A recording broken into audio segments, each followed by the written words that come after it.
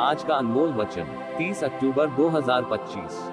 परमेश्वर ने याकूब से कहा, तुम जो मांगोगे वो मिलेगा, बस तुम मेरा वचन के अनुसार चलना। परमेश्वर का वचन, जो सुनेगा उसका दिन अच्छा गुजरेगा, क्योंकि परमेश्वर की कृपा हमेशा उसके साथ होते हैं।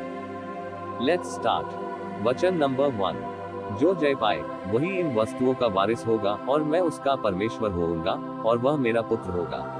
प्रकाशित वाक्य 21:7। वचन नंबर 2, इसके बाद मैंने स्वर्ग में मानो बड़ी भीड़ को ऊंचे शब्द से यह कहते सुना कि हालेलुया, उद्धार और महिमा और सामर्थ हमारे परमेश्वर ही की है। प्रकाशित वाक्य 19:1। वचन नंबर 3, तूने उसे स्वर्गदूतों से कुछ ही कम किया, तूने उस पर महिमा और आदर का मुकुट रखा और उसे अपने हाथों के कामों पर अधिकार दिया।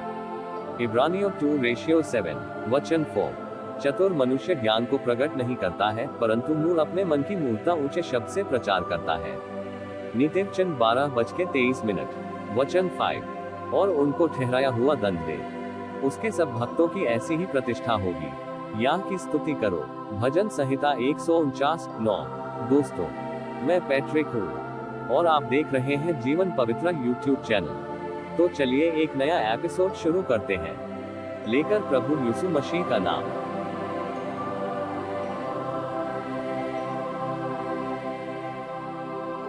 ये वह आज्ञा और वे विधियां और नियम हैं जो तुम्हें सिखाने की तुम्हारे परमेश्वर यहोवा ने आज्ञा दी है, कि तुम उन्हें उस देश में मानो जिसके अधिकारी होने को पार जाने पर हो।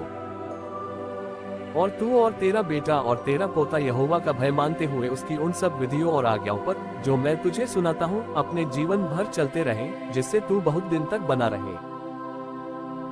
हे इस्राएल, सुन और ऐसा ही करने की चौकसी कर, इसलिए कि तेरा भला हो और तेरे पितरों के परमेश्वर यहोवा के वचन के अनुसार उस देश में जहाँ दूध और मधु की धाराएं बहती हैं तुम बहुत हो जाओ।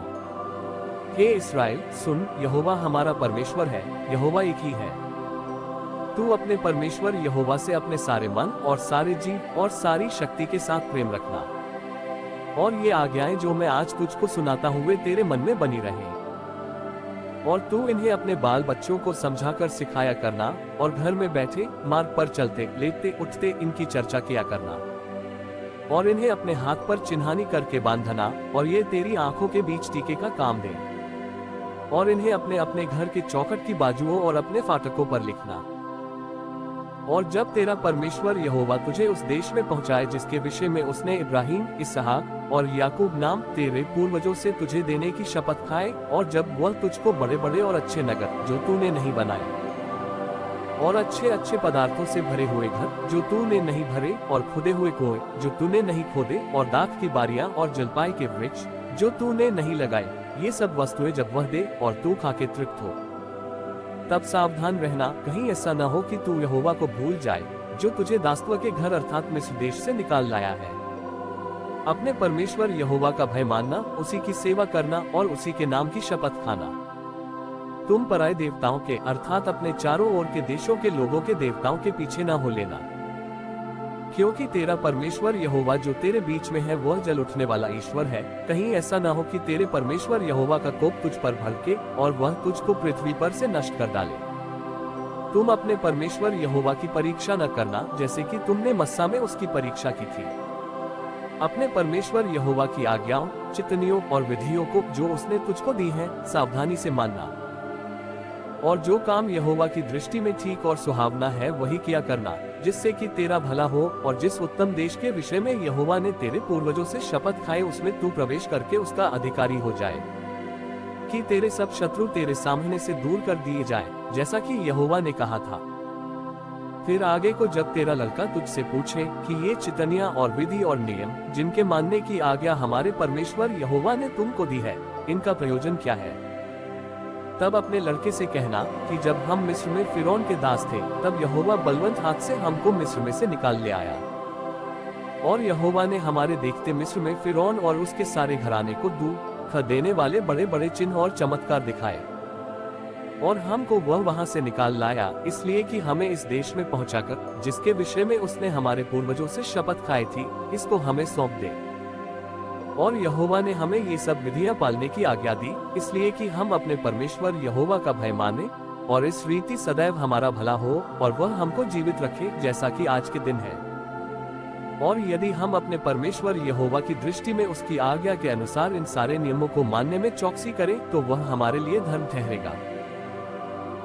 फिर जब तेरा परमेश्वर यहोवा तुझे उस देश में जिसके अधिकारी होने को तू जाने पर है पहुंचाए और तेरे सामने से हित्ती, गिरगाशी, एमोरी, कनानी, परिज्जी, हिव्वी और यबूसी नाम बहुत सी जातियों को अर्थात तुमसे बड़ी और सामर्थी 7 जातियों को निकाल दे और तेरा परमेश्वर यहोवा उन्हें तेरे द्वारा हरा दे और तू उन पर जय प्राप्त कर ले, तब उन्हें पूरी रीति से नष्ट कर डालना, उनसे न वाचा बांधना और न उन पर दया करना और न उनसे ब्याह शादी करना, न तो उनकी बेटी को अपने बेटे के लिए ब्याह लेना, क्योंकि वे तेरे बेटे को मेरे पीछे चलने से बहकाएंगी और दूसरे देवताओं की उपासना करवाएंगी और इस कारण यहोवा का कोप तुम पर भड़क उठेगा और वह तुझको शीघ्र सत्यानाश कर डालेगा।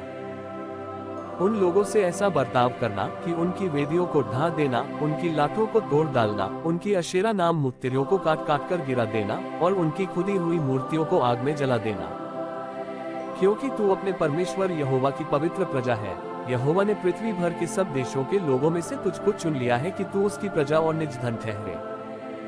यहोवा ने जो तुमसे स्नेह करके तुमको चुन लिया, इसका कारण यह नहीं था कि तुम गिनती में और सब देशों के लोगों से अधिक थे, किंतु तुम तो सब देशों के लोगों से गिनती में थोड़े थे।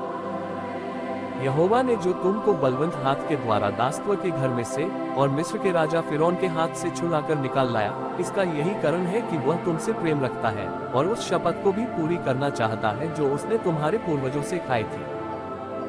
इसलिए जान रख कि तेरा परमेश्वर यहोवा ही परमेश्वर है, वह विश्वासयोग्य ईश्वर है और जो उससे प्रेम रखते और उसकी आज्ञाएं मानते हैं उनके साथ वह 1000 पीढ़ी तक अपनी वाचा पालता और उन पर करुणा करता रहता है। और जो उससे बैर रखते हैं वो उनके देखते उनसे बदला लेकर नष्ट कर डालता है। अपने बैरी के विषय में विलंब न करेगा, उसके देखते ही उससे बदला लेगा। इसलिए इन आज्ञाओं, विधियों और नियमों को जो मैं आज तुझे चिताता हूँ मानने में चौकसी करना। और तुम जो इन नियमों को सुनकर मानोगे और इन पर चलोगे तो तेरा परमेश्वर यहोवा भी करुणा में वाचा को पालेगा जिसे उसने तेरे पूर्वजों से शपथ खाकर बांधी थी। और वह तुझसे प्रेम रखेगा और तुझे आशीष देगा और गिनती में बढ़ाएगा और जो देश उसने तेरे पूर्वजों से शपथ खाकर तुझे देने को कहा है उसमें वह तेरी संतान पर और अन्न, नए दाखमधु और टटके तेल आदि भूमि की उपज पर आशीष दिया करेगा और तेरी गाय बैल और भेड़ बकरियों की बढ़ती करेगा। तू सब देशों के लोगों से अधिक धन्य होगा, तेरे बीच में न पुरुष न स्त्री निर्वंश होगी और तेरे पशुओं में भी ऐसा कोई न होगा। अगर आपको यह अनमोल वचन अच्छा लगे तो कृपया आप हमारे YouTube चैनल को लाइक, शेयर और सब्सक्राइब जरूर करें, ताकि हम आपके लिए ऐसे ही अनमोल वचन रोजाना लाते रहेंगे। धन्यवाद। जय यीशु।